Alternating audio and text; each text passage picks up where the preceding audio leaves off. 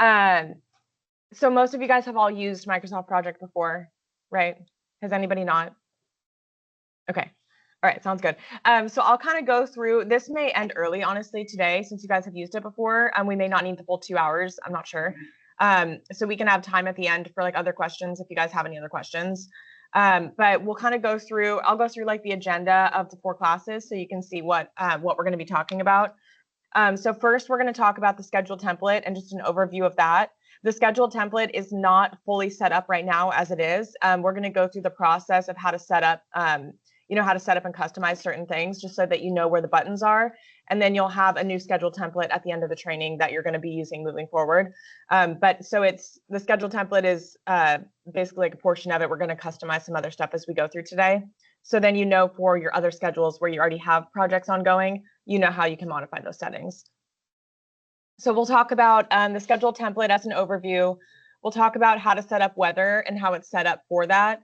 We'll talk about how to show delays and where to show them. We'll go into a lot more detail on the delay portion in the last class, but feel free to ask any questions as we go if you do have any questions on that. We'll talk about managing float and building in float, reviewing your critical path. And then do you have float clauses or weather clauses that ever apply to you? It's usually more for like public projects, but has anyone encountered any like weird float clauses that they want to go over? Otherwise, we can just kind of skip that. Okay. Be on the float. Yeah. Do you own it or? Okay. Okay. And then if you do have any questions about like certain scheduling standards or certain scheduling specs in your projects, we can go over that as well. But that would be like project specific for what you guys have.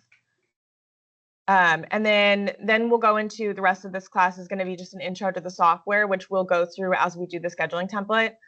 So we'll go through the different menus, we'll go through saving, creating a project from the template, which we're going to build it out more in the next class, but we're just going to be doing the setup of that today. We're going to set up calendars, modify holidays, and then we're going to look at the different viewing of the schedule and then adding columns and viewing the details. So then the next class is going to be when we're actually building out activities and building out the structure, showing different ways to add activities, showing how to add the logic, assign activity codes, that sort of thing. We'll go through tracing logic and how you can trace back what you have tied in and how you can review your critical paths. And then we'll go through the formatting. This will either be the second class or the third, depending on timing.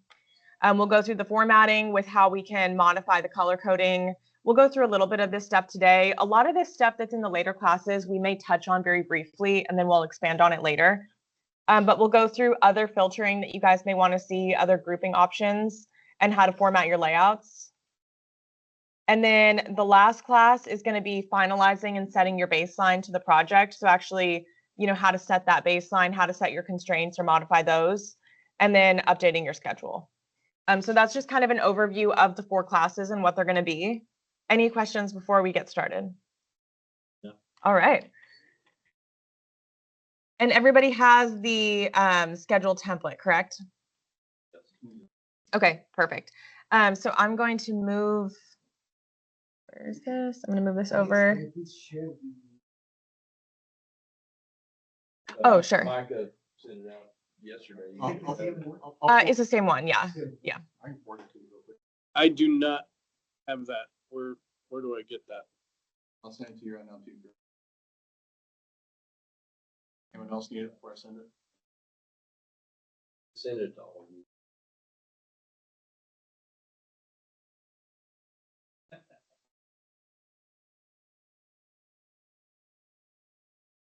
Okay. Give you guys a second So to are open we it. going to be building upon this schedule throughout the class? So we should save this one. So next class, Yes. we don't want to pull up the original. We want to Correct. pull up this program. Yeah, we'll pull up the next one, and I think we're going to share a copy so everyone has the same starting point for the next class, for people that either like messed it up or don't have it. But from this class to the next class, there won't be too much of a difference outside of like the calendars that we build and stuff and the settings. But yeah, we can send out, well, I guess I shouldn't speak for Micah, but we'll probably send out like a new file to use for the next class, in case you don't have yours accessible. Sure. All right, when you guys are ready, let me know, and we'll continue on. Chris, you get on your own. I'm good. I got it. Okay, awesome. Okay, so one of the first questions that we got last time was how to get rid of this timeline because it takes up like a large portion of the screen if you're not plugged into a monitor. So if you want to get rid of this timeline here at the top, and everyone's should look exactly like mine does when you open it. Does everyone's look the same? Okay. So hover over the top timeline right here and right click. And where it says show timeline on the bottom, you can check that or click the one that's checked and it'll go away. If you want that to come back, you can either hover in the Gantt chart and say show timeline. So I just hovered over here where the bars are, right click, and then show timeline. That'll bring it back if you do want it to come back at any time. And then you'll see here, so this says format. This last ribbon says format right now. Mine, I think, is a different setup than everyone else's because mine has more words on it. But if your format is ever different, it's just because you have something else different that you're clicked on. So if we get to the Gantt chart format and yours won't populate there and it says task form, this format does change based on what field you have selected. So just a heads up there if you're ever not seeing the same thing. But again, just to remove the timeline, if you don't want to show it, just right click over the timeline.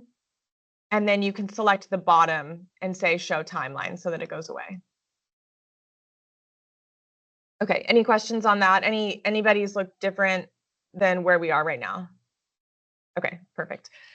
So first, setting up the weather. So do you all see the weather days here in the schedule? So this is going to act as a weather bank. When you go through your template, we'll kind of just run through the schedule template itself.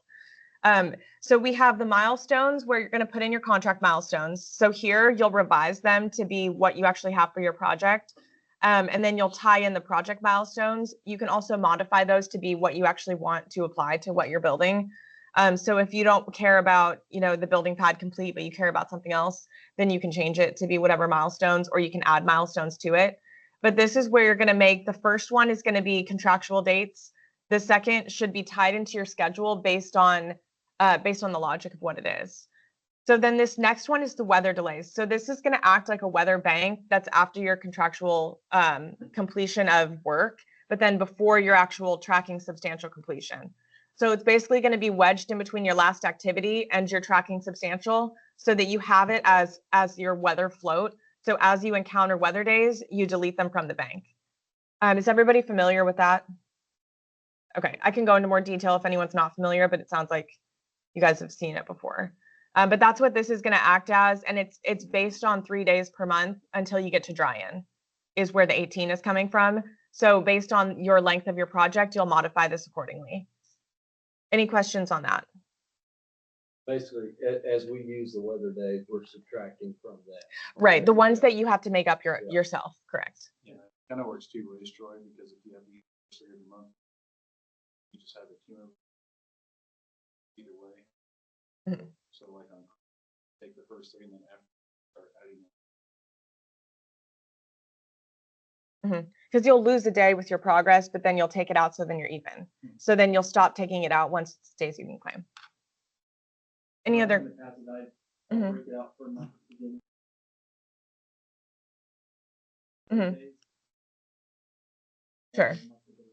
Sure, you could do that. It would still have to be at the end though, but you could do them all together. You could do them. I've seen it where people do them like in the month, but as soon as you update and you get behind, then they're falling in the wrong months, or they can be. So depending on where they are, like your March weather day may now be like first week of April and just look off. But if you keep if you wanted to break this down here, the weather days into 6 different activities that are 3 per month, that would be fine too.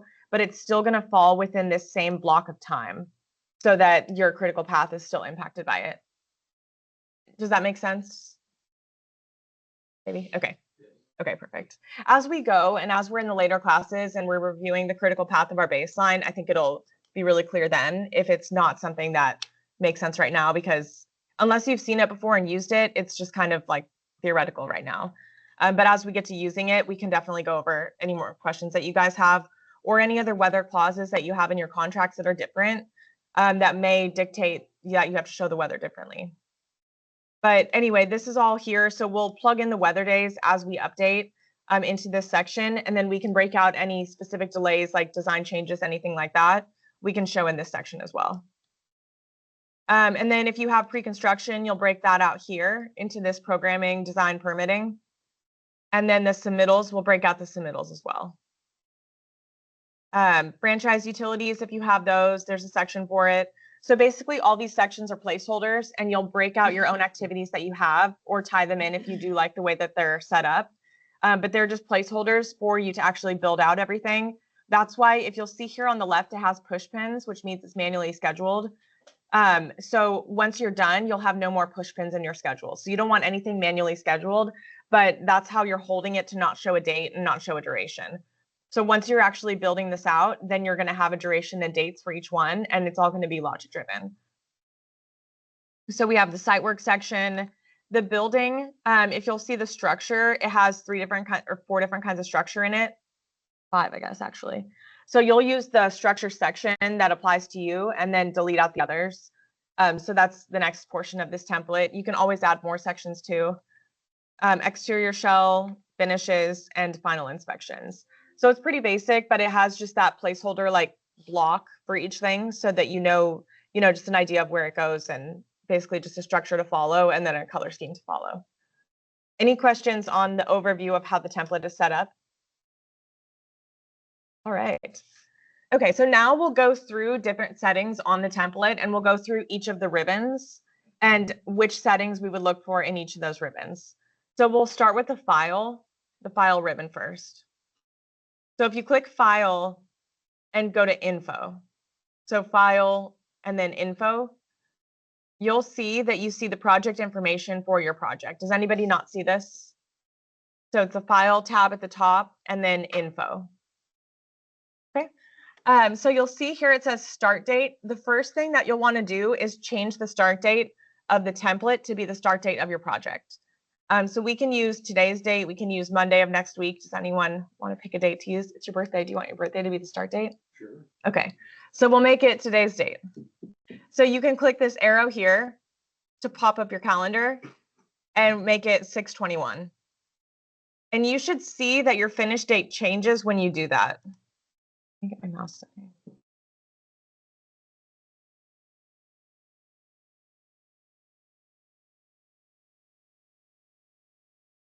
I have my bigger mouse now. Okay, so when I changed the start date to today, then the finish date changed to July 18th. So the finish date's not something that you'll populate here. It's something that's going to push with the logic, and it's just going to show you the information for it. Schedule from start, you want to keep that. Current date is today. Status date is today. In the baseline, the status date's always going to be either the day before the project start or the morning of the project start. Just something that's going to be all of your, there's going to be no actuals in the schedule for your baseline. And then you can see here that the project calendar is standard. Any questions on anything listed here for the project information? Any questions on how we changed the start date?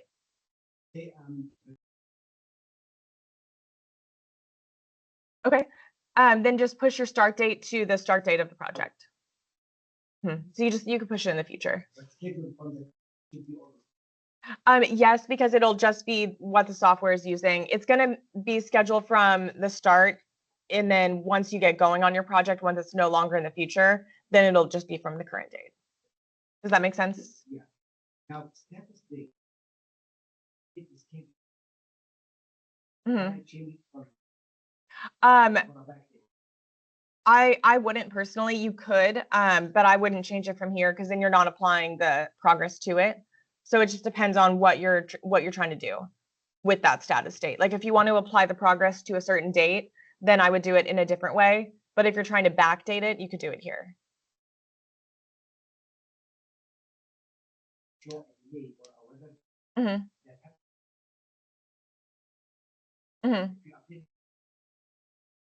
Right. So then you would have your status date, but your status date would already be in the past at that, right? Because it'd already be at the past, you're updating it forward. But you could backdate it from here if you ever have to do that. Yeah. Any other questions on the project info right here? Okay, so Oh, I was just gonna say, so I usually never do it through I normally just do it in the actual schedule portion itself, not going Mm-hmm. to the info. Is there any, I guess, is this just a cleaner way to do it through the info tab? No, it's just another way. Okay, We'll go through how to do it in project information also. okay. Yeah. I just didn't know if this was like a better way to do it. Oh, Oh no, this is just more of like an overview. Okay. If you hover over project, people have asked me that. I really honestly don't know, but I think it has to do with how many like levels of an outline you can have, and what it's gonna make the priority, because that's like your natural order. But I've never encountered anything that actually deals with it. Does anybody? Yeah, I think it's just, I don't know. I think it's just like set in the software. I think if you expand it, you could have more levels in your schedule. But I don't know that 100%. That's just a guess based on how they label the outline structure within the software. Okay, anything else like for this? Okay, perfect. So then hover over project information and you should see that it's actually a button that you can click on. So click on project information and choose advanced properties. So we just hovered over project information and then click on advanced properties. And you should see this pop-up window come up. Everybody see that? Okay, perfect. So project information, advanced properties. So here is where the actual title of your project is. So this would be, right now it just has schedule template, which is fine. This is where you would change it to be the actual name of your project. It would not be specific to which schedule it is. So it wouldn't say baseline. It wouldn't say, certain update. It would just say the name of the project that's consistent the whole time. So we can say schedule template. I'm going to change this to group 3 so that I know which group it is. You don't have to, or you can. It doesn't matter, but this is just the example. And then the author is who actually originated this file. So right now it says Micah. You can change it to yourself. If you're ever in a situation where you inherited a schedule or you copied something to make your schedule and you're having issues with it, or you're having like a setting that you can't figure out, you can look at who the author was of it and see if they might know, or it might give you an idea of what could be wrong with the file. All right. But you can change it to yourself and it'll stay, but it's just populated by who actually created a new project on this file. Any other questions on this pop-up window? Okay, perfect. There's also other just information about the schedule. If you're interested in seeing that information, I don't think it's anything that's super important to look through. The only one is just the summary with how you rename the actual project name.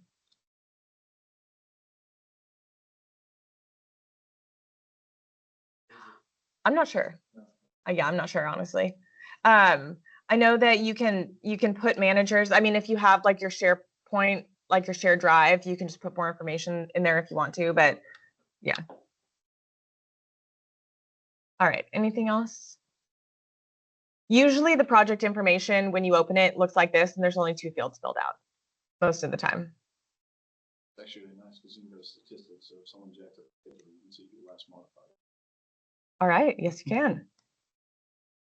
All right, so then that's really all that we'll look through on the info. If you do have a file where you have like a bunch of excess calendars or excess filters that you want to get rid of, in this organizer, you can actually clean that up and you can move over different filters if you have too many shown. The organizer, so this is just in the file and then info again, same thing. And it's right here where it says organizer.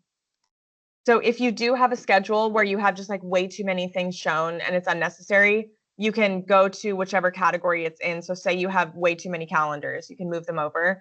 You can move over different filters, you can move over different reports, all of that. This is just how you can clean it up if you do want to clean up anything that you have. All right, any other questions on this? Okay. Okay, so now we'll go to the very bottom. It says options. So click on, so we're still in the file tab, click on options. And you should get this pop-up window right here. Anybody not see it? Okay, perfect. So the general, so the first thing that we'll do, click on general and change your date format right, it's right kind of towards the center, top third. Change the date format to show the time. So this is in file, file, options, and then in the first general ribbon, change the date format to show the time. And click OK.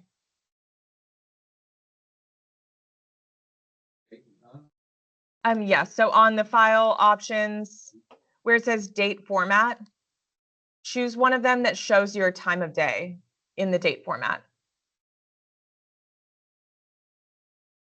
Okay, does everybody see that? If you click OK, it made our project start date, when we moved it forward manually, it changed our project start date to 1 p.m. Does anybody's not have 1 p.m.? Yours has 8 a.m.? Okay. Is it 6/1 or is it 6/21? Okay. So that's a mix of who has 1 o'clock and who has 8 o'clock. Mine says 8 a.m. on the first line, but everything else says 1 p.m. Okay. Okay. Okay. So if you want to then, so basically I don't know why it does it, but when you manually change the start date of your project, it doesn't change it to 8 a.m. I don't know why, but sometimes it'll be 8 p.m., sometimes it'll be noon, sometimes 1. I don't know if it has to do with the time on your computer or what, but to change it from the 1 p.m., we'll go to the project ribbon right in the center. And this is another way that you can change the info. So go to the project ribbon, and do you see project information right underneath that? So click on that, and this shows you the same info that we were just looking at in that file info tab. So this is project, and then project information. So from here, it says start date 6/21 at 1 p.m. You can actually just override the text, and you can actually just change it to 8 o'clock a.m. So when you change your schedule template date, you'll have to do this or else your times are going to be off. So 6/21, 8 o'clock a.m. And all I did was just override that text manually. Anybody not able to access this or not have the times? Okay, perfect. So when you click OK, you should see that your times in your actual table change to 8 a.m. Does anybody not see them change to 8 a.m.? Okay. Were yours already 8 a.m.? Okay, so I'll redo it. So I'm going to hit undo. So in project and then project information, it says start date 6/21/24, 1 o'clock p.m. Oh, okay. So if you don't have your time, go to file and then go down to options at the very bottom. What was that? So if you don't have your time shown, you won't see that it's 1 o'clock, but if you leave it at 1 o'clock, a one-day activity will start at 1 and finish at 1 o'clock the next day. Yeah. Mhm. Yeah. Mine actually shifted it to 7/17 as a finish, while yours is still 7. Oh, just now I hit undo. Oh, Yeah. you undid it. Okay. Yeah. That's why I was like, it's 7. Yeah. Mhm. Mhm. Mhm.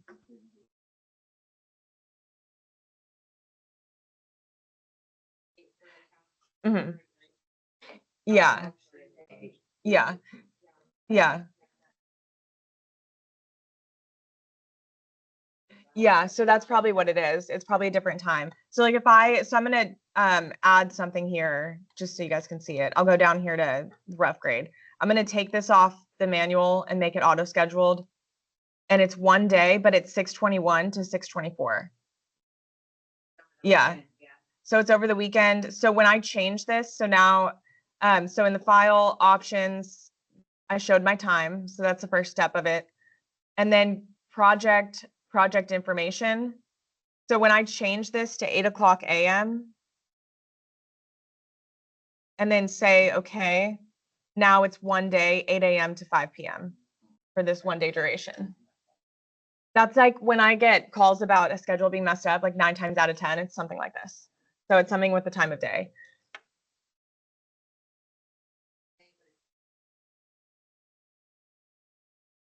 It's still 1 PM. If you go back to the file and go through that again, his was that said 5 PM, but as soon as I redid it through the file. Okay, and so you did it through the file it info? updated to 8 AM. Okay, So my template date 6/1, okay, my construction phase. okay. Did you change the actual date from 6/1 to 6/21? Yes, so I changed the start date. Okay, and then is there a push pin next to your first activity? So it's showing it's on this. Okay,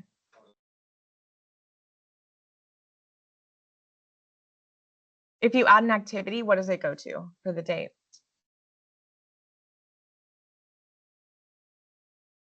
Anybody else is not changing, so yours is, It shows it as 6/21. Yeah, the first line. The first- 6/1, but everything else is 6/21. If y'all maybe try to add a task, because I added a task, that broker, she did, and everything switched to 6/21. What's supposed to be 6/21? 6/21, yeah, but we changed it from 6/1 to 6/21. Maybe when you have the task, it will automatically. So I did Mhm. that in auto schedule. Try it, I put 6/21. So on the project information, it says 6/21, 8:00 AM, and then current date, 6/21, 8:00 AM. And when you click OK, it's still 6/1. When you add an activity and make it, okay, and then the top still says 6/1. If you add an activity, then delete it, it'll revert back to 6/21. Okay, I'll add an activity and show something 21. yeah, The summary of actions.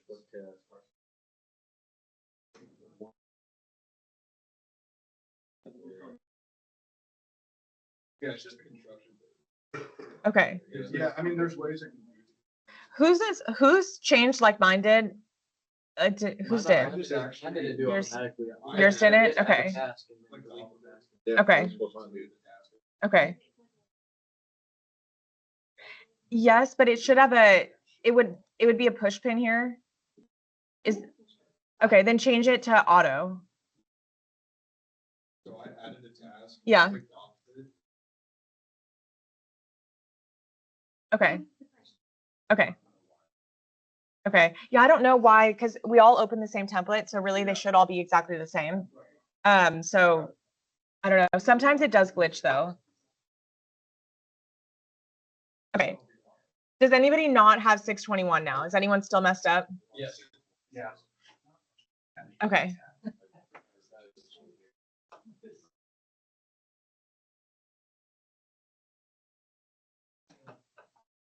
And we change the start date. Dates are gonna start. I'm fine. I'm at 6/21 and I'm at exactly what you did. That's what I was laughing. I'm just sitting back there.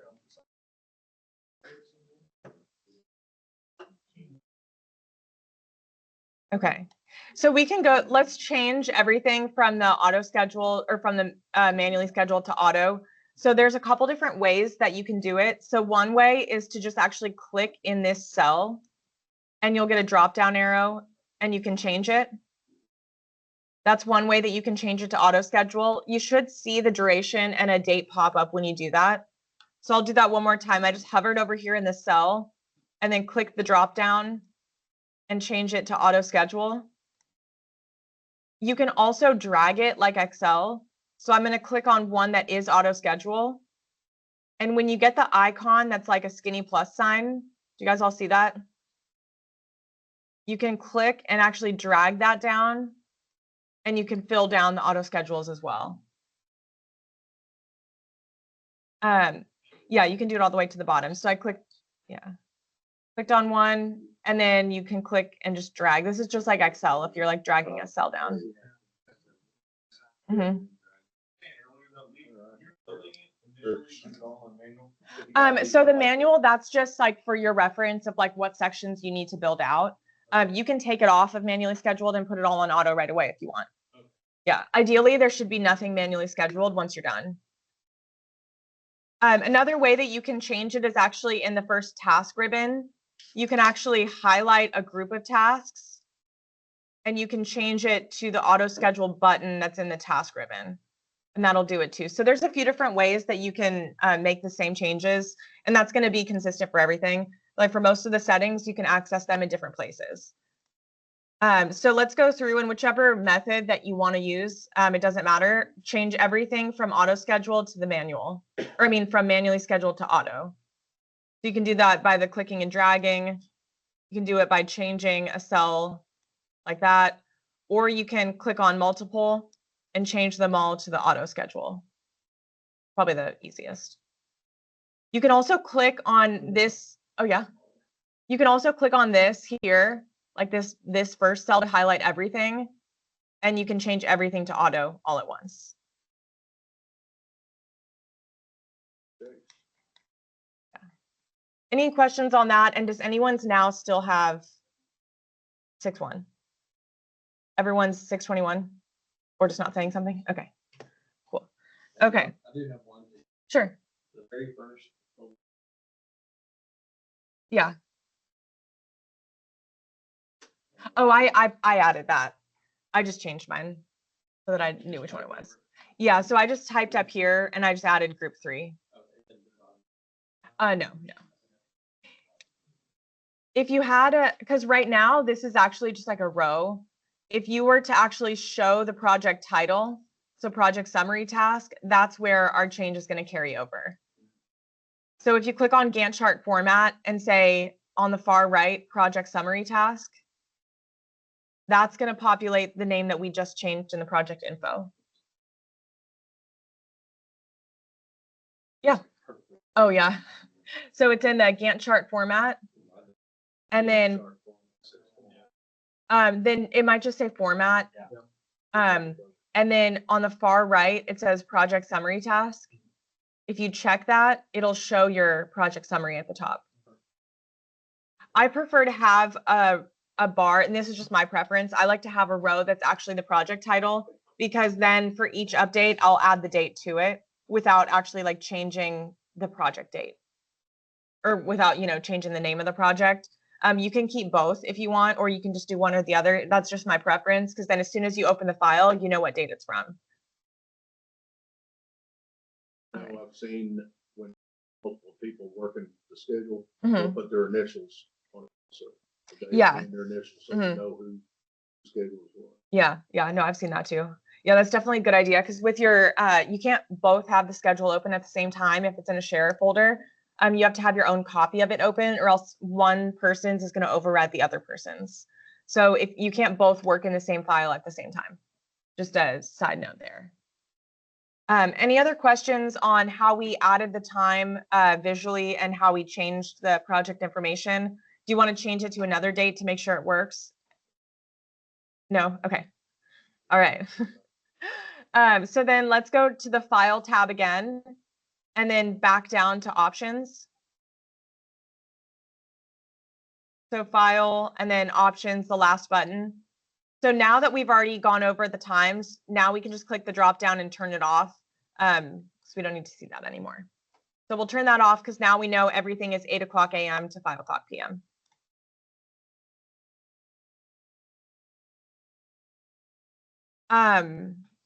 I think that's going to say who the author is. I think that's where it would change like the author's name, but you can change it if you want to.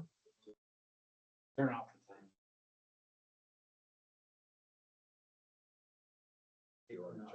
Yeah. Mhm. I have it, that way you get rid of the time. Yeah. Yeah, because then you don't need to see it.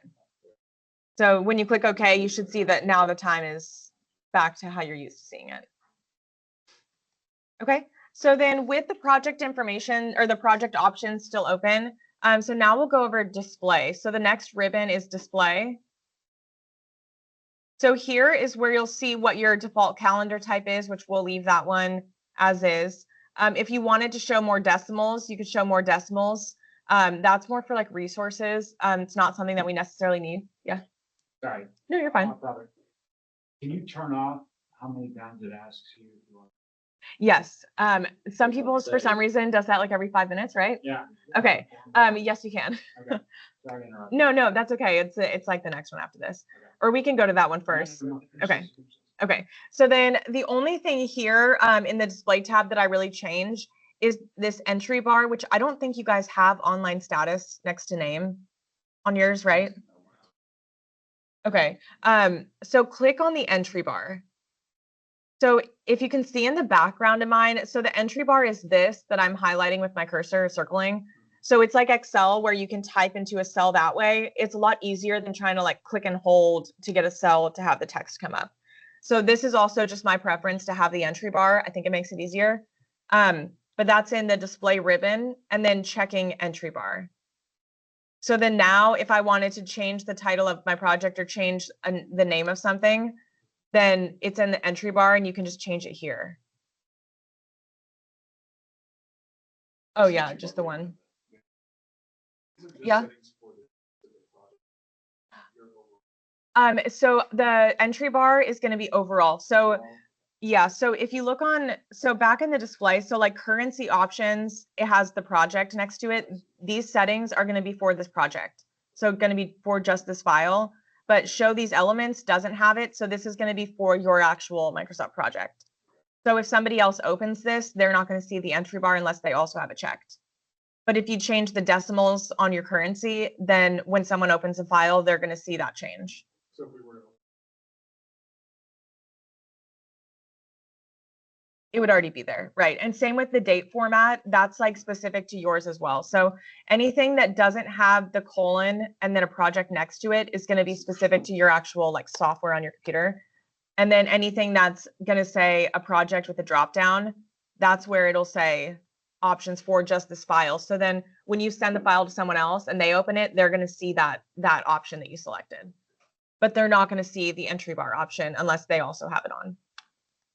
Does that make sense? Okay, perfect. Any other questions on display? Okay, so then schedule. So go to the schedule ribbon. This is where you'll see most of them apply to the project. So it should say all new projects and the template. So when you change it, you want to change it for the one that you have open, because if you change it just for all new, it's not actually changing any settings on the one you have open. So just a heads up there, you'll have to make the setting changes twice.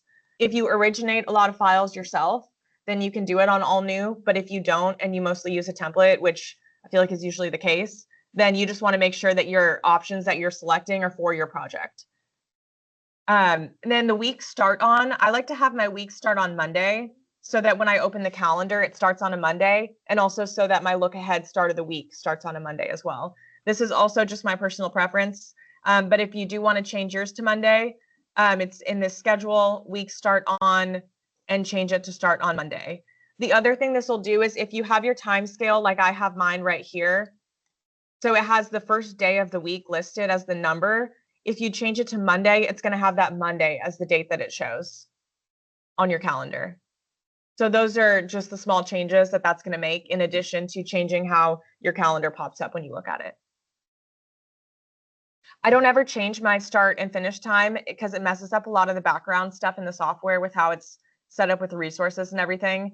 So I just leave it the same so that a day is a day, because anything in the background of the software is going to want to read it from 8 to 5 as one day. So I don't ever change this. You can add a day differently, but this is just for the default. Just leave that as is. Okay, any questions so far on this first section? Is this, I know like Mhm. I have it scheduled in there on Saturdays. Is this Mhm. where we do that in this section, I guess, or in this top part? Is that? It's later. So you do that in the calendar so that you can do it specific to an activity. Okay. Yeah. Okay, and then schedule options for the project. So it should say new tasks created are auto-scheduled. You'll want to leave it that way. Everyone's should be the same as mine because we all have the same file open. So because this is set up to a setting for the project, everyone's should be the same here. You want your duration to be in days. The only change that we'll make here is tasks will always honor constraint date. Uncheck that. So if you leave that checked and your schedule is behind, your activity that has a constraint will never push behind. So it won't actually flow with the logic and show that you're late if you have this checked. So if you want your schedule logic to be the priority over holding a date with a constraint, which typically that's what you would want. Uncheck this so that you're not overriding any logic and you're actually using the calculations. Anything else here is pretty much like a default. It's your own preference if you want to change it, but it's not really a big deal. The task warning is when you'll get a caution sign, like triangle with an exclamation point in it. That's the schedule warnings. I think that it's helpful to have the schedule warnings pop up because then it tells you. You'll also see the show scheduling messages, which are the little messages that'll pop up. I think that they can help you. And then also when they update the software, because it auto updates and there's new features, sometimes the schedule pop-ups will tell you about the new features. But again, it's if you want to take it off, you can take it off. The schedule messages, that's specific to your software, so that won't change on the file. These schedule alert options, those are specific to the file. So that is for the resources. So if you wanted your resources to show in like man hours, or if you wanted it to show in a percentage, that would be like your usage percentage of that resource. So it's likely not something that you'd encounter unless you have a resource loaded schedule. Yeah. All right. And then if you scroll all the way down to the bottom, it says calculate project after each edit. If anyone is like used P6 where you have to hit F9 for it to schedule, or you can have like auto schedule, calculate project after each edit is the same as saying on is like it just auto schedules. So every time you make a change, it adjusts with that change.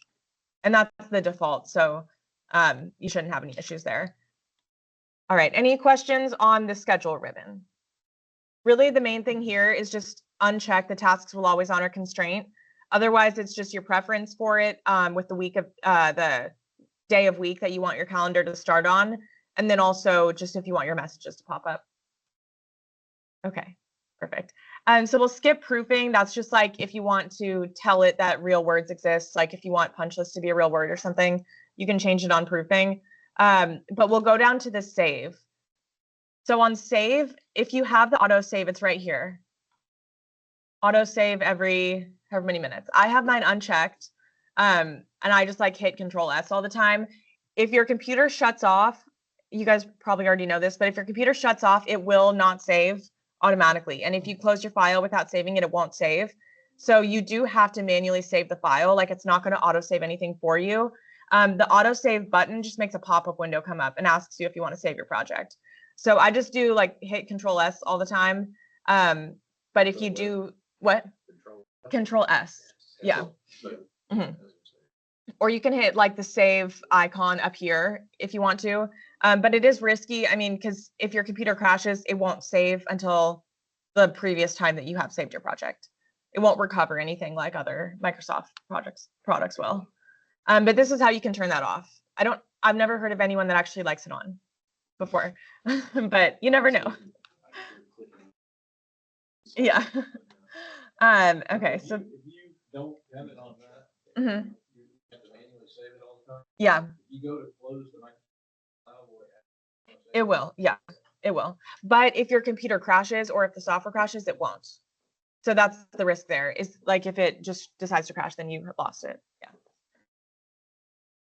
All right. And then language, that changes your language. The advanced ribbon, the only thing here that you may adjust, because for the most part, this is just going to be default settings that you don't really interact with. But at the very bottom of it, it says tasks are critical if Slack is less than or equal to. This is where if you want more things to be read on your Gantt chart, you can increase this. So then when you filter for critical, if you want to say everything that's within 2 weeks of float is critical, then you can say total tasks are critical if Slack is less than or equal to, because Slack is the same as float in the software. You could say 10 days, then everything will be read. Everything will come up on the critical filter, and it's going to be read on the Gantt chart if you say that critical is more than that. Does that make sense? Business days. Yes. Mm-hmm. Well, yes, it'll do that in whatever your standard calendar is for your project. Yeah. So when we had, this was in, normally. typically, yeah. Yeah, I've just seen people that maybe want other trades to see red. Yeah, so That's what I've seen. Yeah. 500 days and everything. Everything will be red. Yeah. Then an owner can't argue with you whether. It depends who you're arguing with, I guess. Yeah. That's a good point. Instead of 500, it's all critical. We're claiming it. Yeah. I mean, I'm not advising that you do that, but if you want to push somebody that's near critical, you can make it red. But I leave mine on 0 so that I know what's actually critical and what's not.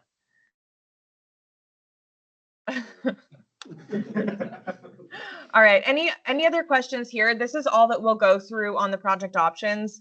But this is important just to go through on the files that you already have existing, just to make sure that everything's set up how you want it to, or if you're combining files and something's weird. But this is the project options is what you want to make sure are set up how you want it to be for your project, because a lot of the issues that you have may originate from here, especially with that tasks honoring constraints. But anything else that you guys would like to look at again on this project options? Okay, perfect. Okay, so then say okay, and we will go back to the rest of the ribbons. Okay, so we'll start with the task ribbon, and we'll kind of just go over from left to right, and we'll go through how to use some of the different options. So this first one's the Gantt chart. You can look at different views that you have in Microsoft Project. The one that you'll typically be working in is the Gantt chart. A lot of these are resource related. The tasks forms and task boards, I don't personally use those. I've seen people use them before. But the tracking Gantt, if you do any formatting changes in your tracking Gantt, they will not carry over.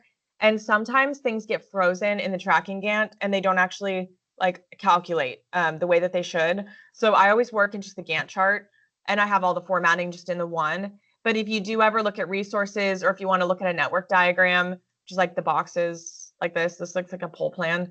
But you can click this drop down on that first task ribbon, and you can look at the different views. You can also see everything in calendar form. This is all just, your preference as you're working in the software with what you want to look at. And then the rest from here, this is all like pretty standard Word. I mean, this is how you can change. So say that you added a section. So let's go down to the site utilities, and then let's make storm, sanitary, and water all their own sections with a heading. Does that make sense? So we'll add an activity above 57. We'll go over adding activities more in the next class too.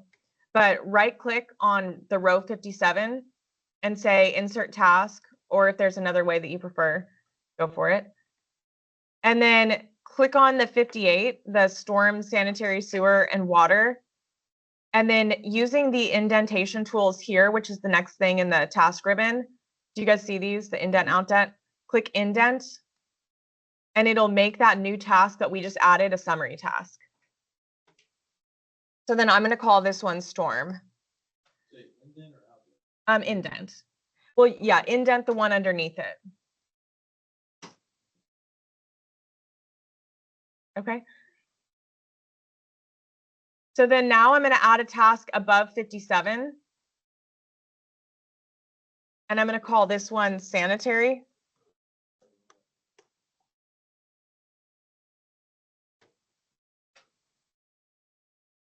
Okay. And then I'm going to click on 59. You can either add a new activity for the sanitary underneath it, or you can click on 59 and you can copy it.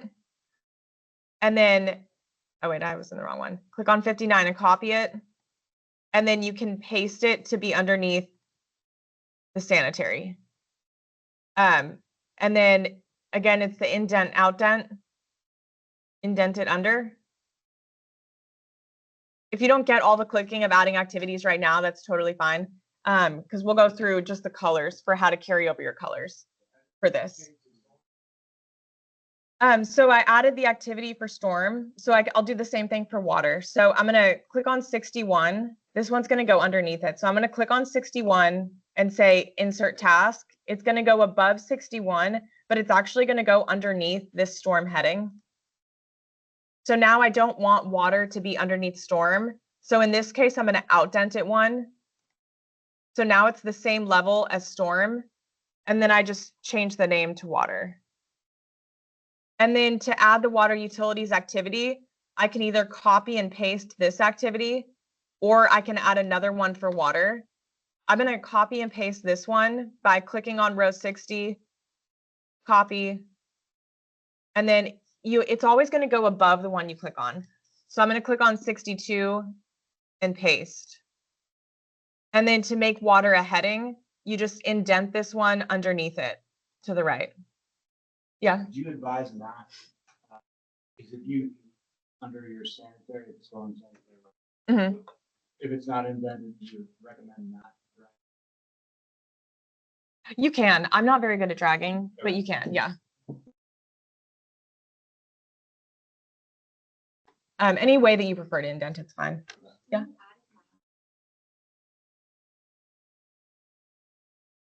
Mm-hmm. It'll be based on your settings for your project. So you can change them back in the schedule options that we were looking at, or you can change it down here. If you see this, you can change this to auto or manual. Mm-hmm. Yeah.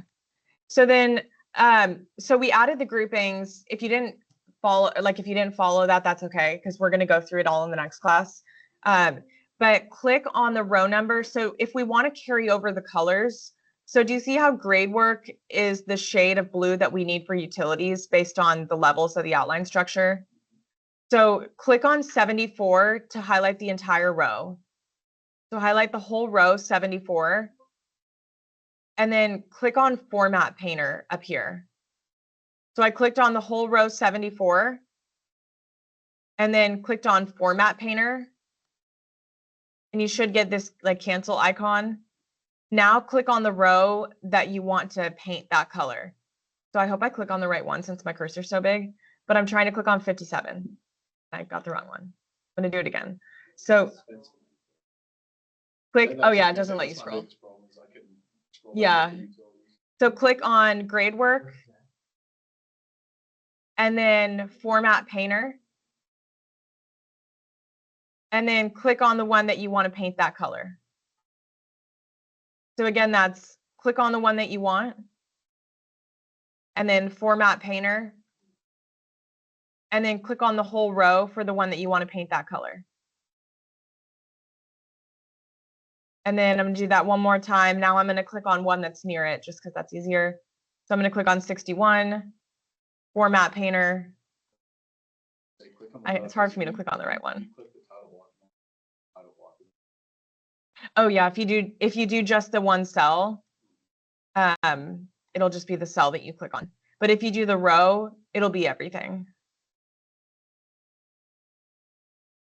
All right, so that's the Format Painter. That is like the only thing that's really, I mean, these are all features that are in other Microsoft things, but that's the one that you may use a lot more than you use in other softwares. And then any questions on the indent, outdent, and what those are? It sounds like you guys are familiar with it, but that's just creating your outline levels. Here, this is the link tool next to it. So if you wanted to link activities together, so let's go to the earthwork and let's tie together the rough grade, building pad, and then blue top repaving. Let's make them in that order. So you can click rough grade and then hold your control key on your keyboard and click building pad. So click rough grade and then with your control key, click building pad and then hit the link tool. And you should, bless you. And you should see those linked together. I don't even know who sneezed. So click on rough grade and then hold your control key and click on building pad. Another way to do it, Kevin, is you can hold shift as well. And Mhm. highlight everything. Mhm. It's like more than just two.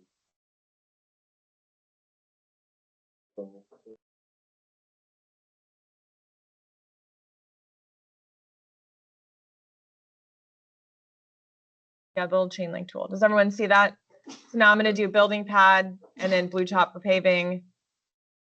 And I'm going to do the same thing and link those. It will make everything finish to start. So if you wanted to change it to a start to start, then you would have to go back and make that adjustment. So say that you wanted to tie together all of your utilities. So if you hold your control key, it's going to click them. It's going to tie them together in the order that you click them. So I'm going to tie together the sanitary and then storm and then water. If I click on one and then hold my control key, click on the next, and then control key, click on the next one, it's going to tie them together in the order that I click them in. So then when I hit the link tool, it ties those together. It's actually Successor. Yeah. really nice because then you don't. Yeah. each one. Mhm. Yeah. So if you, when you really only like do that when you're building a baseline, but let's go to the steel. So if you wanted to tie all four together, but well, I guess they're all in order. Well, when it's not in order, that's okay.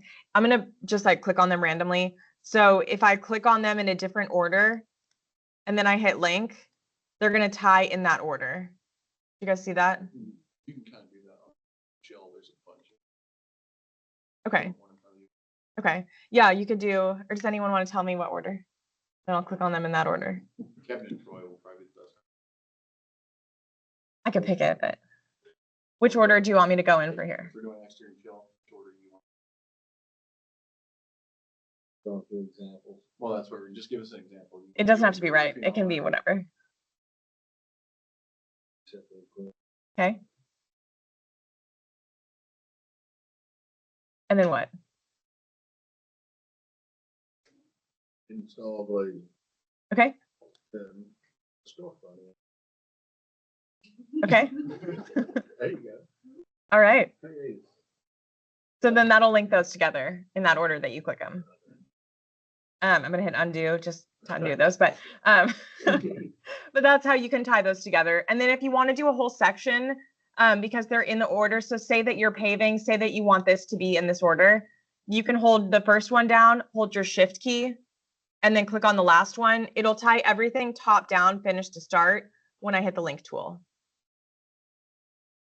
But usually what I see people when you know the sequence, because you're building out the schedule yourself, usually people use the control key and they'll just click on them in the order. So like if you were doing interior finishes and you wanted to say, oh, let's do, tape bed paint and then your grid, and then you want ceiling tile, then millwork, whatever, you can tie them together like that and tie the order with the control key.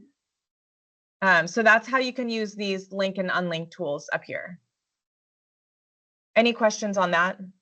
And then you can adjust them in the predecessor column as well once they're there. We'll go over a lot of there's like 4 main ways that you can link activities together. We'll go over those more in the next class. But just as far as where the buttons are, that's what these are right here. Any questions so far? Guessing that when you do a break link, obviously you're just breaking them, so it doesn't matter what order. Right. So you'll say, so like I'm going to click on these two and break it, and it gets rid of the tie that I had between the two of them. But it won't jack with the one up there because it's still tied to it. Right. So it'll, because I didn't click on water. Yeah. So it will still follow the sanitary. Right. Right. Yeah. Mhm. That bar line is not all that dark. You mean like right here? Yeah, or in December. Oh, that's because I have it set where when I make a change, it shades it light blue. So when you save it, it will go back to dark. Yeah. So like if I make another change, so say I just make that 2 days, now only this cell's light blue because I made the change only there. So it's just, I made yeah. a change in my back. oh, okay. Okay. Yeah, sometimes it stays a little bit longer. But as soon as you make another new change or you save it, it'll go Okay, away. yeah. Yeah. All right. So then we already went over the manually schedule, auto schedule buttons. We'll go over the rest of these in the next class. But you can click on information. So if you click on information, that's going to give you the details for just this one task that you have clicked on. So it's similar to project information where we were looking at everything for the project, but this is just the information for the task that you have selected. So if I go up here and I click on, so let's say I'm going to click on paving because I have that one tied together with something. So if I click on paving and then click on information, it's going to tell me, okay, it's a duration of 1 day. These are the scheduled dates. If I click on predecessor, it's going to tell me what my predecessor is. The main one here that we'll look at is the advanced tab. The advanced tab is where you can see if you have a constraint set to it. You can see if you have a deadline set to it, and you can also change your calendar. So the advanced tab is typically the one that if you are utilizing the task information, it's probably because you want to see something that's in this advanced tab. So either if you have a constraint assigned and it's giving you negative float, or if you're trying to change the calendar to be on a calendar day or So if something we like had, that. You know, 4 panels and a rec panels, we Mhm. need, you know, so many days of cure time, we could change that calendar on there to like a 24 schedule.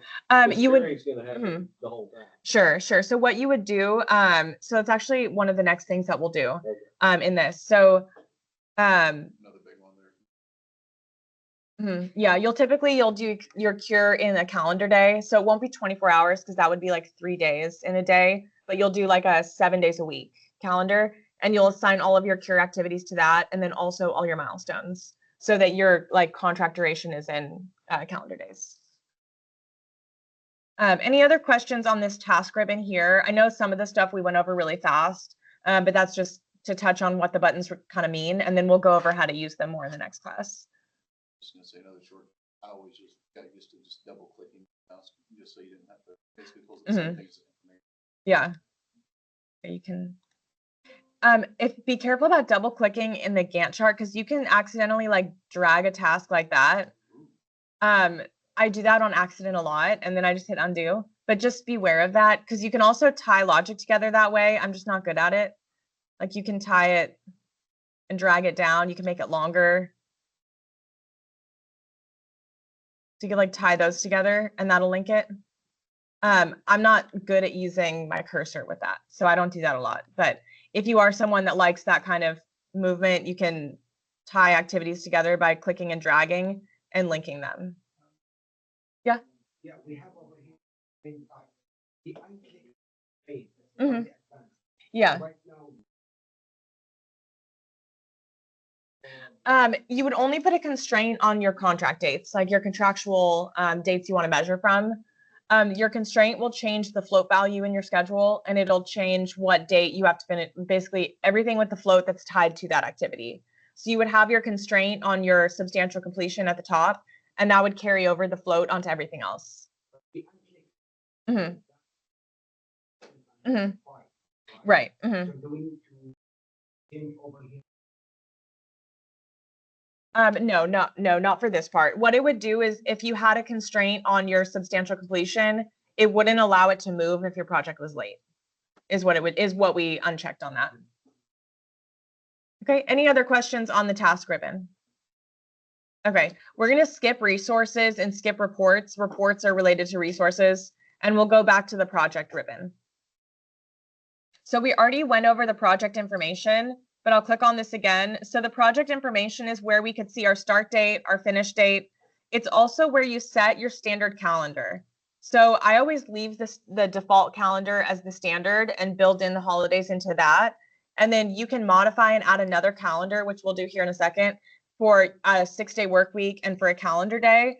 But you don't want to assign, with a 6-day work week, you can assign tasks to a 6-day work week once you're actually going if they work on a 6-day.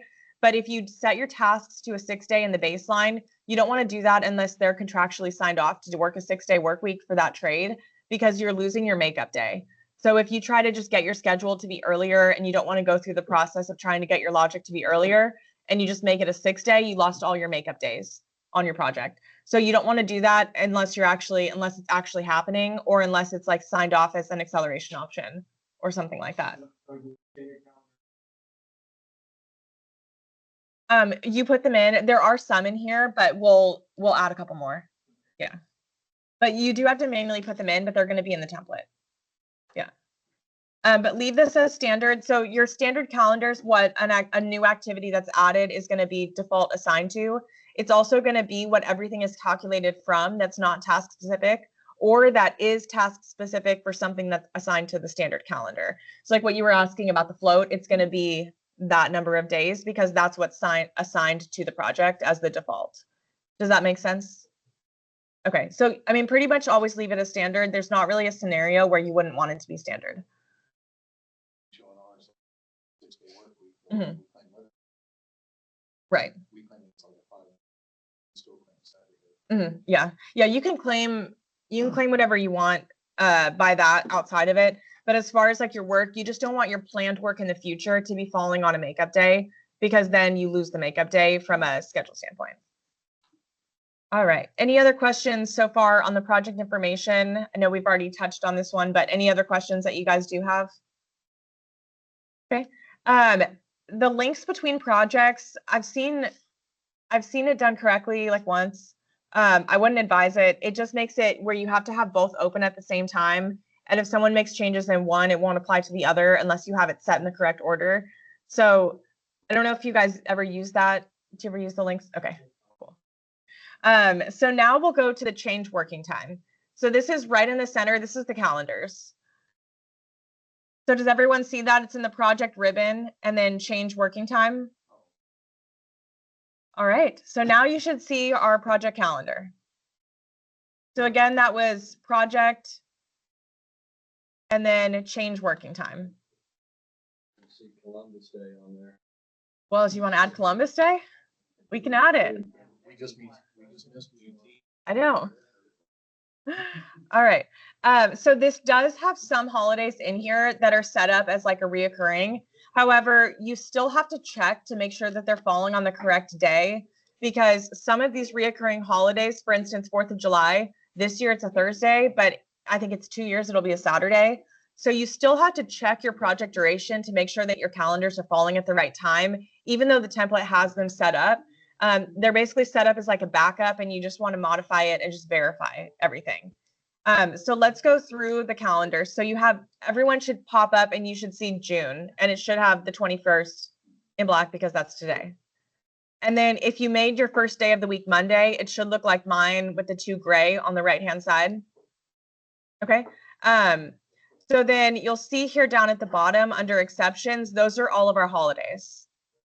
Okay, perfect. So click on the arrow that's next to the calendar and click down 1 month to get to July. Click on the down arrow. It doesn't show up until you hover over it. It's like a light. So do you see how the 4th of July is light blue? That is because it's a holiday. So if you wanted to say, oh, I want to plan for the 5th to also be a holiday, because you don't think that people will work, so you don't want to plan on that and lose production, then click on the 5th of July in your calendar. Does anyone have any issues getting to this point?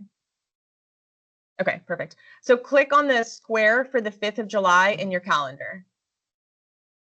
Is everyone good there? And then now click on the first empty row. Click on the first cell down here after you click on the 5th, and then type 5th of July or whatever you want to call it. Yeah.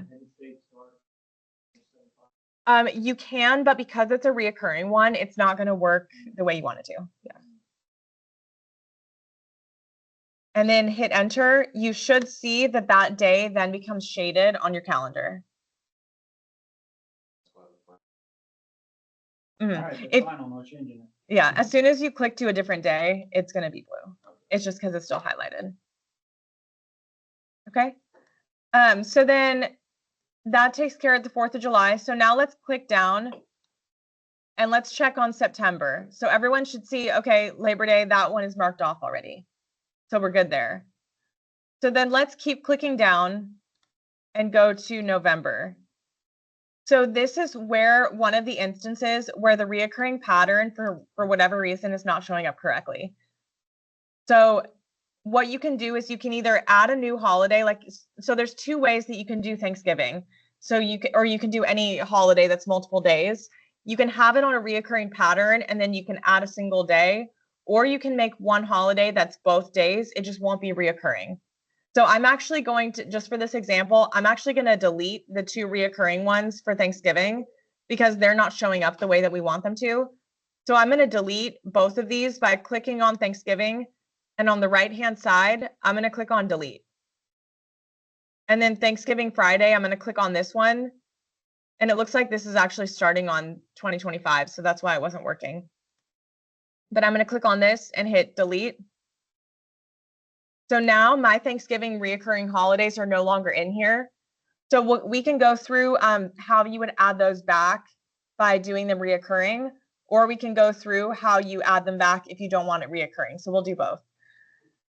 So I don't know, did your calendar show December now? Does anyone? Okay, so click the up arrow to go to November. So does everyone see that there's no holidays marked off for Thanksgiving? Okay, so click on the 28th, the cell for the 28th, and then click down in your cell or in your row and say Thanksgiving.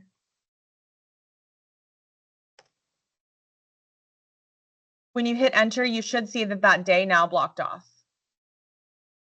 If you want to make this 2 days long, you can either add a second holiday, or you can actually just click the finish date and you can make it the next day as well. So all I did was click on the finish date and I changed it from the 28th to the 29th. So now both of those 2 days are blocked off, but it's not reoccurring. It's just blocked off for this year. That makes sense? Okay. So if you wanted to make those instead reoccurring, I'm going to delete the one that I just added. And I'm going to add Thanksgiving Day as a holiday. And then I'm going to make this one a reoccurring pattern. So now I just have the 28th marked off. And then when I click, am I going too fast? I can slow down. Okay. When I click on Thanksgiving Day, I can click details on the right-hand side. So we have Thanksgiving Day for 1 year, and then click details on the right-hand side. You should see this new pop-up window. Anybody not see this? Does anybody see this? I'll see it. Okay, perfect. Okay. So then the first one is just your set working times for this specific day. But if you want to do the recurrence pattern, that's this second block down here. So we'll say that this is a yearly recurrence. So change the bullet point to yearly. And then for the pattern, click on the second bullet point and say the 4th Thursday of November. Okay. And instead of end after 1 occurrence, you could say end after 10. So that would be after 10 years, this is going to fall off the calendar as a holiday. Okay. So we clicked on the holiday, and on details, we changed it to recurring yearly on the 4th Thursday of November.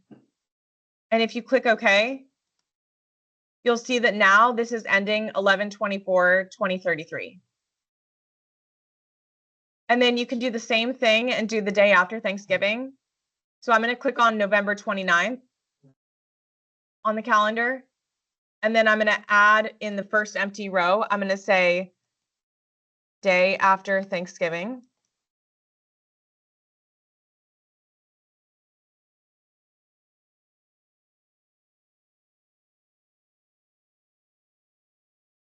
Okay.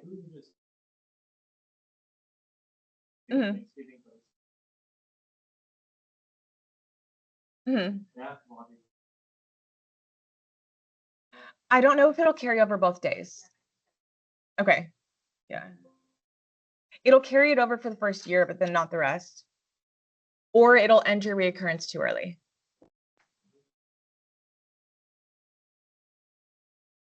Okay, so now we have the day after Thanksgiving, and then click details on the right.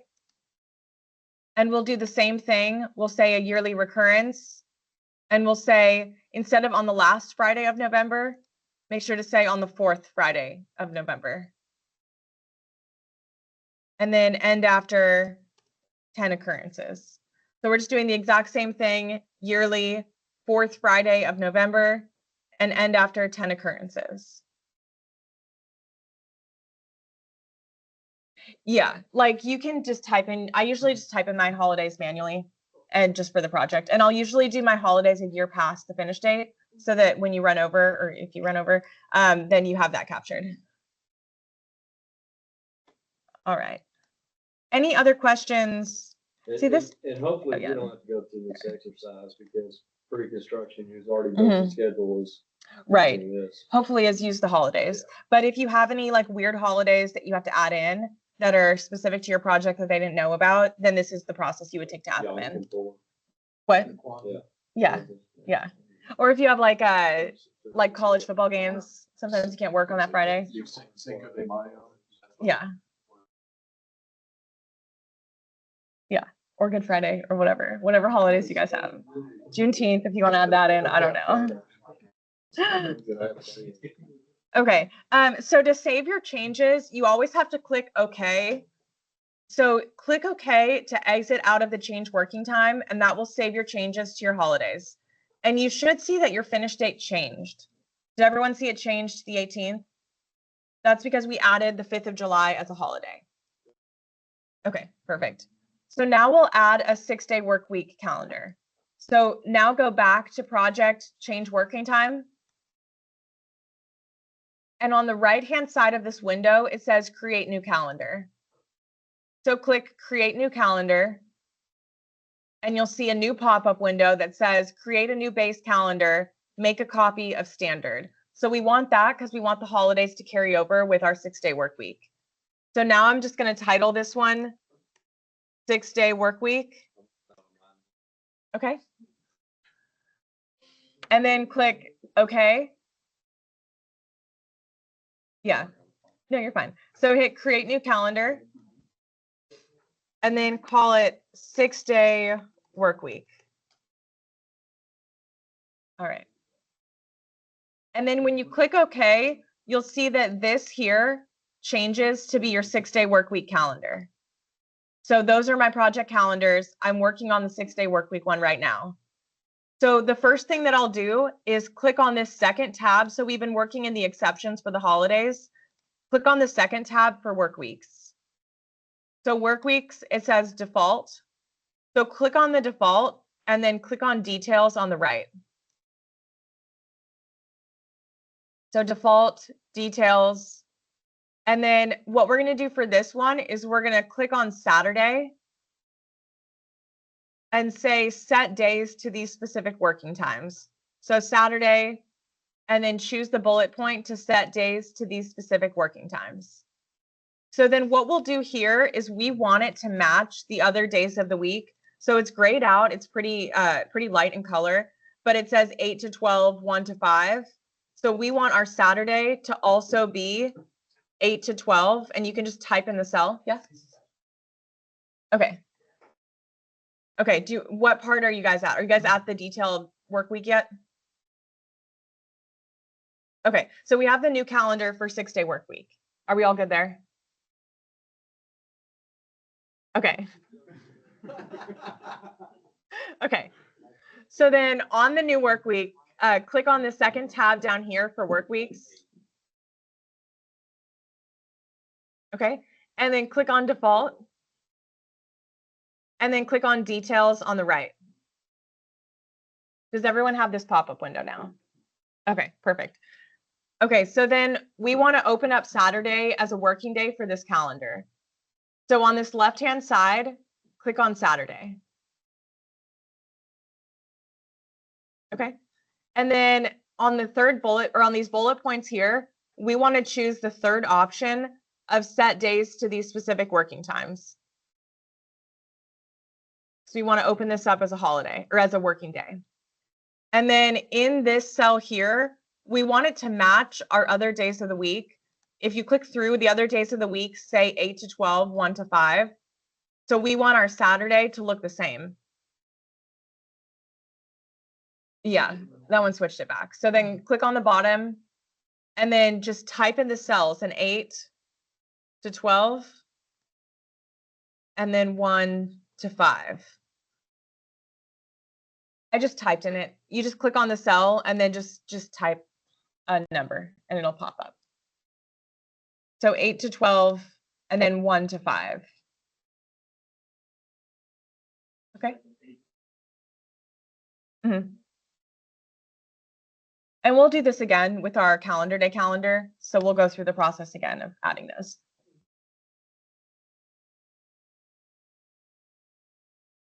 You can, yeah, you can. You just only have, you can only have one that's the default. So when you add a new activity, it's gonna be the default calendar assigned. Right, correct, yeah. Okay, any questions on this, how we're typing in Saturday to make it a working day? Okay, so when I click OK, you'll see in the background that the Saturday is gonna become unshaded. So select OK. And you should see that now Saturdays are opened up on your calendar as a working day. Everybody see that? Okay, perfect. So then the last step here, which it depends how you're utilizing your 6-day work week. If it's not contractual, then you're not going to sign it unless it happens anyway.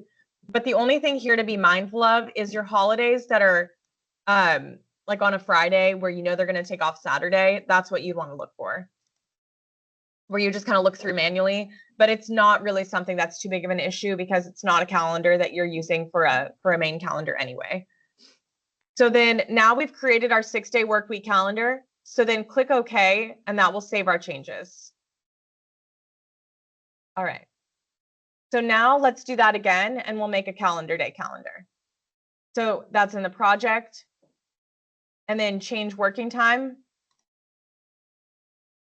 And then the first step from here is to create a new calendar. So we're in the change working time, create new calendar. And this one I'm going to call calendar day.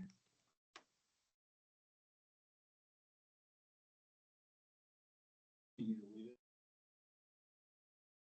Um, 'Cause I call it 7-day work week. oh, you can call it whatever. You can call it whatever you want. No, it's just out of curiosity. If you want to change You something. can. You have to do it back in that organizer Okay. that we looked at the beginning. It's a little bit of a pain. I have like a bunch where I spelled the word calendar wrong a bunch, so I have like variations in spelling because, yeah.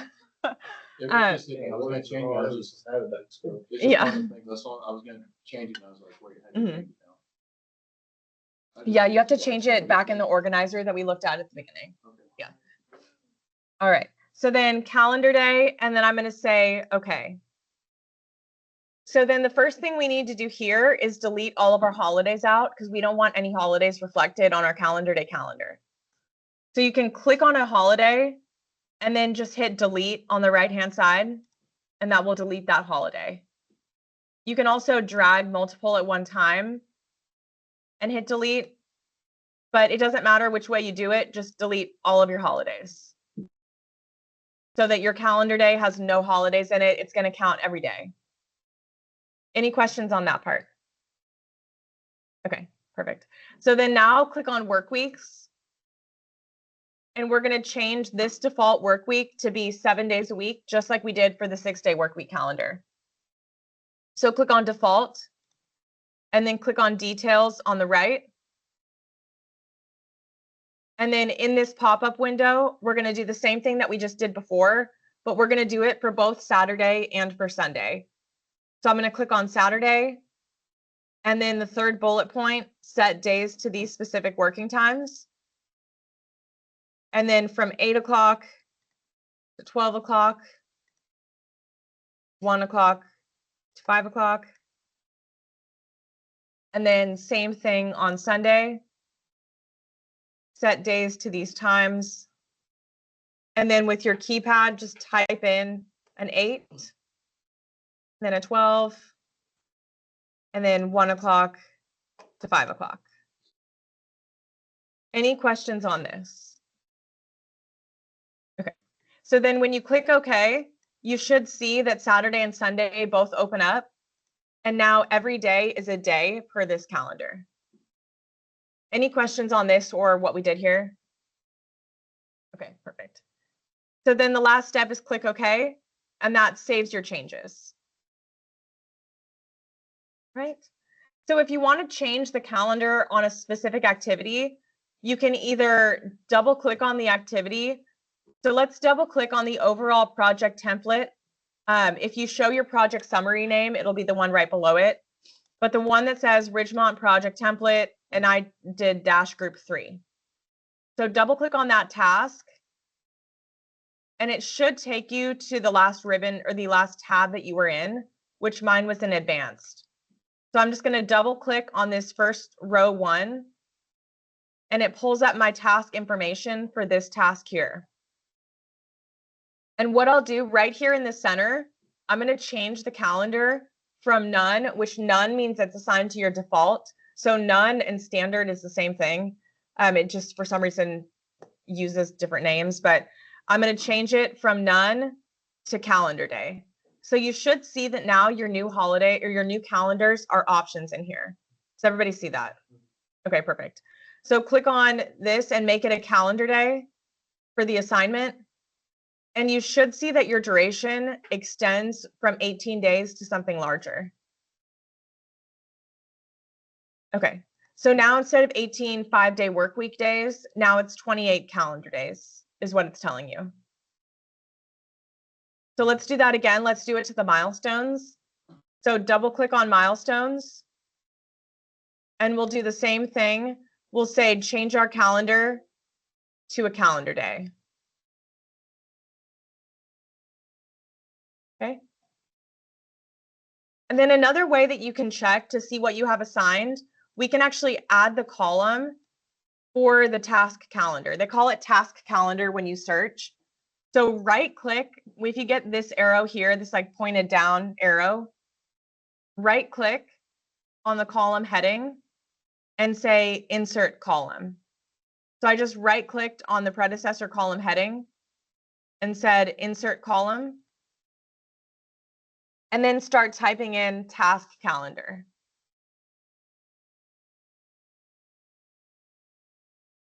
All right. And then you should see that your column now says calendar day is assigned for both of those two activities. Anybody not see that? Okay, perfect. All right, so then this is how you could go through, and you can also click the drop down arrow on certain activities. And this is going to be the same way that we use the functions of dragging down the auto schedule. You can say, oh, I want to make calendar day assigned to all of my contract milestones. And those will all be on a calendar day calendar. So that's going to say that all of these milestones are going to be counted on a calendar day, which means that your float value for it is going to be based on calendar days. So if you're one working day behind, but it's from a Friday to a Monday, it's going to give you it's going to say 3 days behind is basically what this is going to do for you. Does that make sense? Everyone? Okay. Any other questions on the calendars, how we created them, how we assigned them? I just clicked on the top one and then just dragged it down. Yeah.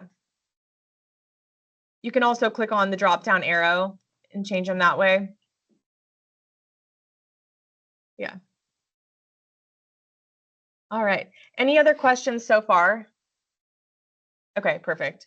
So then the last thing in the project ribbon is setting the baseline.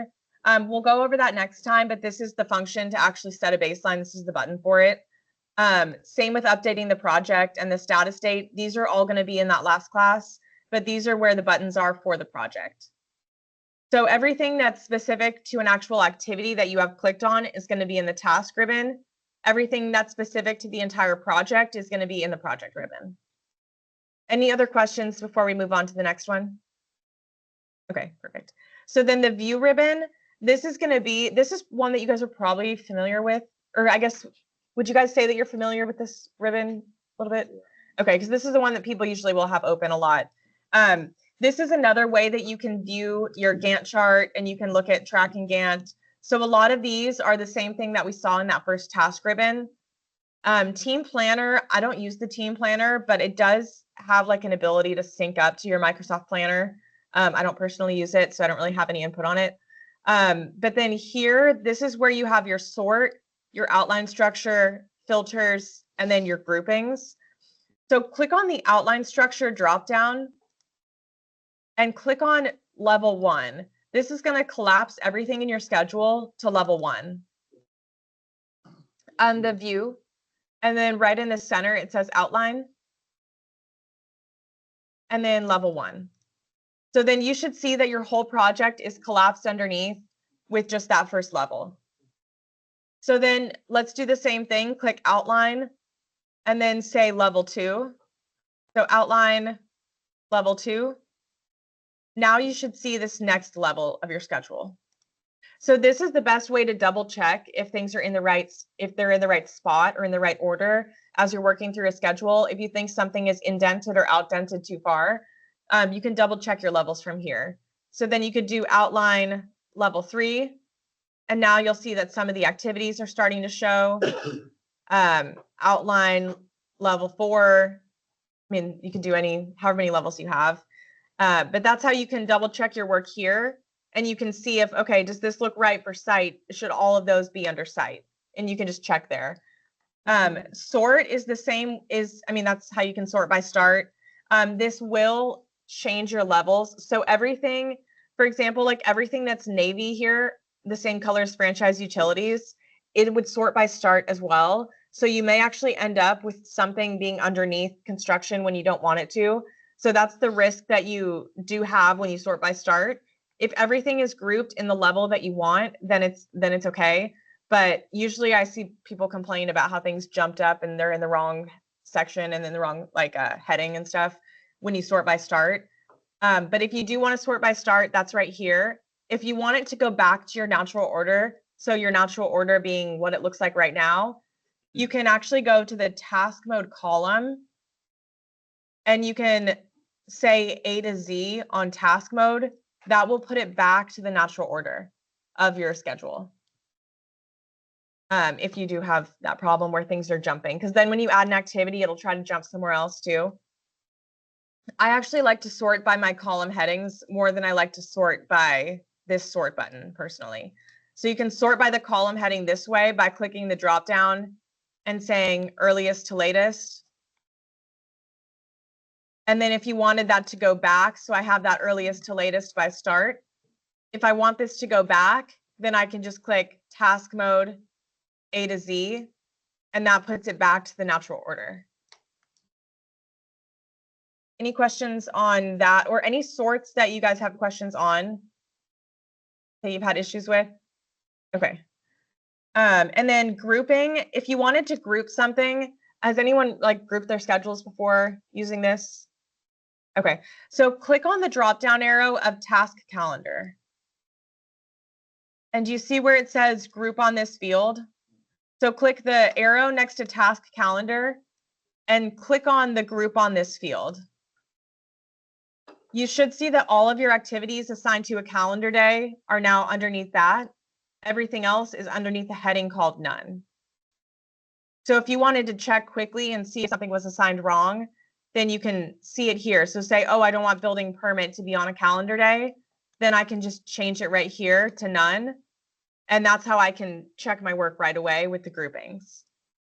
So again, that was just the drop down of task calendar. And then you ungroup the same way that you group. So I'm going to say task calendar, no group. That'll put it back. And then drop down of task calendar, group on this field. And you can group it that way. The most common way that this is grouped is if you have your subcontractors assigned and you can group it by subcontractor. You can also, I'm going to click the drop down again and say no group. You can also click on the drop down and choose the one that you want. So say you only want calendar day, you can filter for just calendar day and only see those activities as well. And then if you want to take the filter off, click on the arrow and say select all, or you can say clear filter, and that'll take it off. Any other questions on the view ribbon? Anything else that you guys are curious about that's listed here? Otherwise, most of the view ribbon is the same buttons that you have somewhere else, and they're just all here together. So if you want your task details to show up where it has that bottom thing that comes up, you can click this check mark here on task details. So we're in the view ribbon, and then click details, and you'll see this window right here, which, does yours say resource name predecessor? Okay, if yours says that, then hover down and right click. So again, this was in the view ribbon, and then we showed our details. And then down here in the details, right click, and you can see the different setups that you want of your task details. So you can change it to predecessors and successors to be the one that shows up. So then now when I go down to an activity that's tied in, let me find one.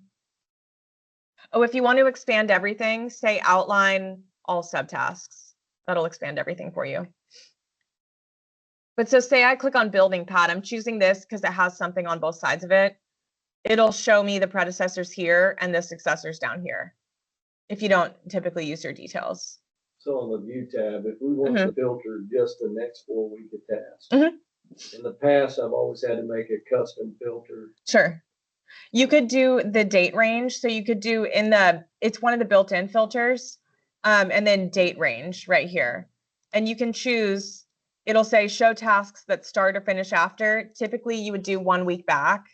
So I would do 1 week before today, click OK. And then, and before, I would do 4 weeks forward. So 1, 2, 3, 4. And that'll filter for just those 4 weeks. You can also, instead of using the date range here, you can also actually click on the drop-down arrow of start, and you can say filters this month, next quarter, and then you can say before, after, and you can use these depending on what you're looking for. So if you want just this week, but if you want from here, this is probably where you've done the custom, and then you've had to pick the days. I like to use the date range because then you just choose your range of time. Any other questions on that? All right. So then the last ribbon is the Gantt chart format. So the Gantt chart format is where you can say something is critical, and you can turn it red. So right now it's not checked, so nothing is red on our schedule, even though we do have a critical path. In this case, it should be this weather day activity because this is the longest. So if you go to the, or I think it doesn't say Gantt chart format, it just says format. So click on that and then choose critical tasks. It's right underneath the name. You should see that now your schedule has red on it for the critical bars. Does anybody not see that? Okay, perfect. You can also change your bars. So click on the format paint bucket. So it's under format, and then we have this format paint bucket and say bar styles. So we're in the format ribbon, the format paint bucket, and then bar styles. And you should get this new pop-up window right here. Okay, anybody not see that? So it's just format and then bar styles. So then on the first one for task, it says text and bars. Click on the text down here and change it from resource name to just name. And when you click OK, you'll see the to just name. So this is under task and then name. And when you click OK, you should see that the activity name populates next to it. So it did not populate next to the critical task. So that's because we had it already selected. So in your bar styles, so I'm going to go back to this bar styles. So critical is actually down here towards the bottom. So because it's lower in the order of priority that it'll do these filters, because it's lower, that's why it didn't actually add that name, because I would either have to add this and make this change here as well, and also change this to name, or you could actually just uncheck critical tasks and check it again, and it'll come back. So again, there's no name next to the critical tasks, because if I go to the bar styles, the order of priority for critical is lower. So because this one's lower than task, that's why it didn't override it, or that's why this is overriding it. So I'm going to go to the text for critical, and I'm going to make the same adjustment, and I'm going to say that the name is going to populate to the right of this as well. So when I click OK, now my activity name is coming up next to that as well. Any questions on the bar styles? Okay. I'm going to change. So now we can do the bar styles for milestones. So right now our milestones are actually not shown as milestones because they have a 1-day duration. So change all of the durations under contract milestones to a 0. And you should see that they change to a diamond and the name goes away. So all I'm doing is I'm just clicking in the cell for duration and just typing a 0 and hitting enter. And then it's changing those to milestones. I'm going to do the same in my project milestones. I'm going to make all those 0 as well.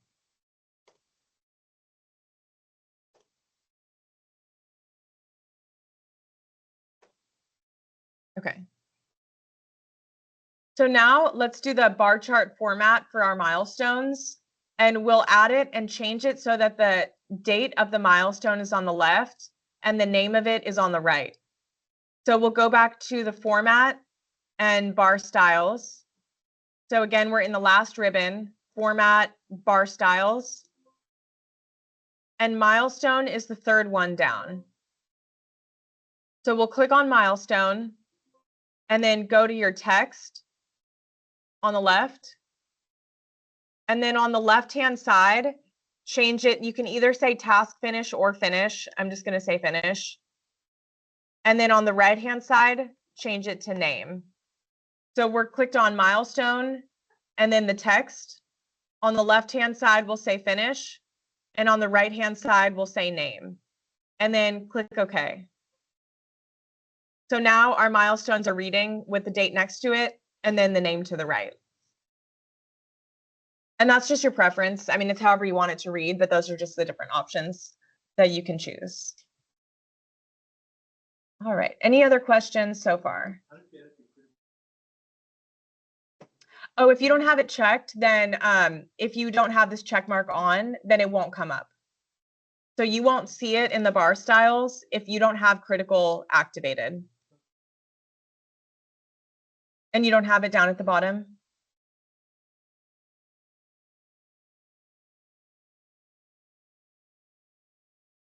Okay, I'm not sure. I'm not sure why, unless you accidentally deleted it.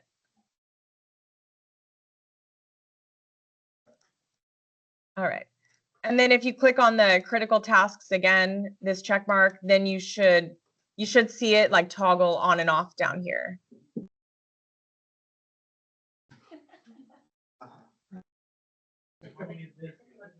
Mhm. Do you see it? Okay.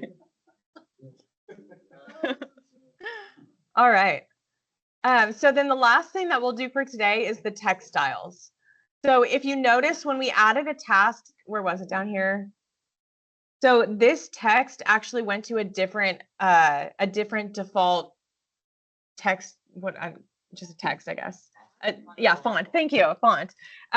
So now we'll change our default to a company font, which Arial is one of the company fonts. We tried to change it to this Futura last time, but not everyone had it on their computer. And I was one that didn't have it on my computer. So we'll go to in the last format, we'll change everything to Arial. So click on the first actual icon for text styles in the last ribbon. So we're in the last format ribbon. And then click on text styles. And you should see this pop-up come up. Did anybody not see that? Okay, so that's in the last format ribbon. And then text styles here on the left. So we're going to say items to change. We're going to leave it as all. And then for the font, start typing in the word Arial, and you should see it come up. And then when you say OK, you'll see all of the text on your screen change to Arial. So again, that was the format and then text styles. And then we overrode, because it's Calibri for like every new font is the default. So we overrode it and we said now the default font is going to be Arial. Click OK. So now each time I add a task, it's automatically going to be in Arial as well. All right. I think the Gantt chart is Arial also. I can't really. Okay. All right. All right. That's everything that we have for today's class. Are there any other questions that you guys have? Sure. So when you're in view, Mhm. you went to filter Yeah. by date range. Mhm. Mine didn't give me the option. to start with it. It says tasks that start after. Yeah, I didn't say an intro, so his probably looked at mine, it just says that. Okay, so then click the drop down. You should get a calendar. Yeah. And then this is where you choose like your early date. So usually for a look ahead, it'll be like 1 week back. So then you'll choose the date of 1 week back and then say, okay. And then it says and before. So now you're choosing the end of your look ahead window.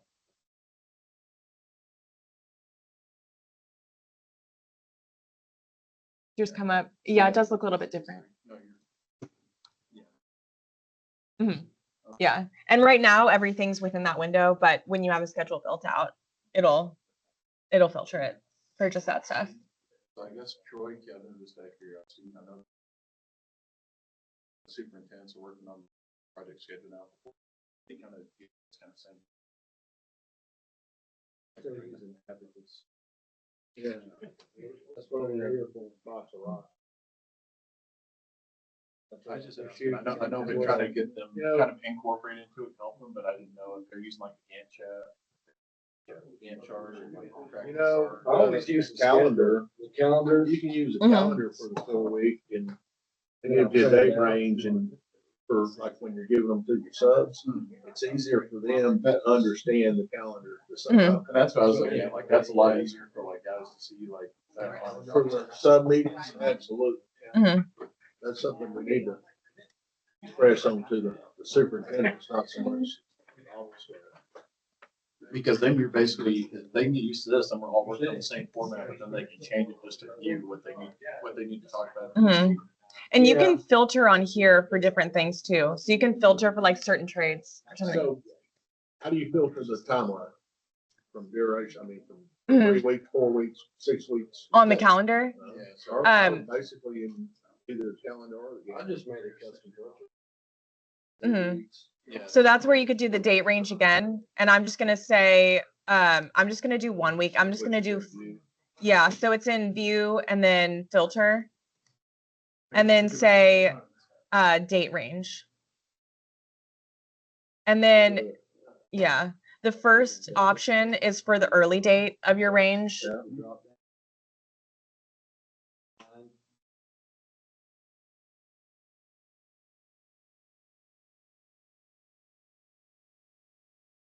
Like the 13th. Mhm. And then right now, we don't have our schedule out that far, but it would filter for just that. But on the calendar view, you can just print the next 4 weeks. Doesn't even have to be- Yeah, yeah. Okay, Yeah, you so could have- if it's on the Gantt, you do the same thing again. Yeah. It'll show you that period of time. Right.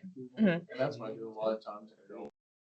I'll create, just have it print last week. But on the calendar, sometimes you gotta right click on it and hit fit the most tasks. 'cause it Yeah. won't show everything. And that's Some- the reason yeah. You gotta mess with the settings, it's like fit all rows in one page. And sometimes it'll pop it down. Yeah, or I generally do like. Yeah, you can do, Instead of a month. yeah, instead of months per page 1, you could do weeks per page Yeah. 1, and then week height as on screen. Yeah. Like that. Yeah. And then, but it still has the overflow. Yeah, and on that overflow, when you right click on it, you can hit fit the most tasks. Okay. Oh, on the, Yeah, on the actual calendar. And try to fit as many tasks on there as possible. But-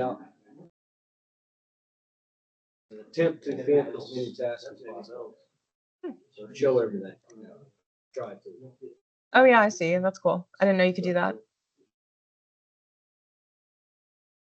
Yeah, it's nice when I've seen it work really well, like for, like when you're doing interior finishes stuff. I've seen it look really good. Right now it doesn't, just because there's everything at the beginning. Yeah, like everything's in Yeah, overflow. if you have the resources, you do the The filters. schedule for the concrete guy, one thing. All right. Yeah, no, there's a lot you can do. I had so many filters. All right. Thank you. Thank you. Thank you. Anything else you guys have questions on? So you recommend not saving the schedule for the next? I would save it, but then if anyone doesn't save it, then we can send you a backup. Like I say, I got my own Yeah. saved in my own OneDrive, so. As soon as I heard. Because there was some stuff I was playing it too while she was going, I forgot to save which mine is for good the and bad, first because month. I'd like, oh, that's cool, I tried something different, I looked up, and I'm like, oh crap, wait, hang on, go back.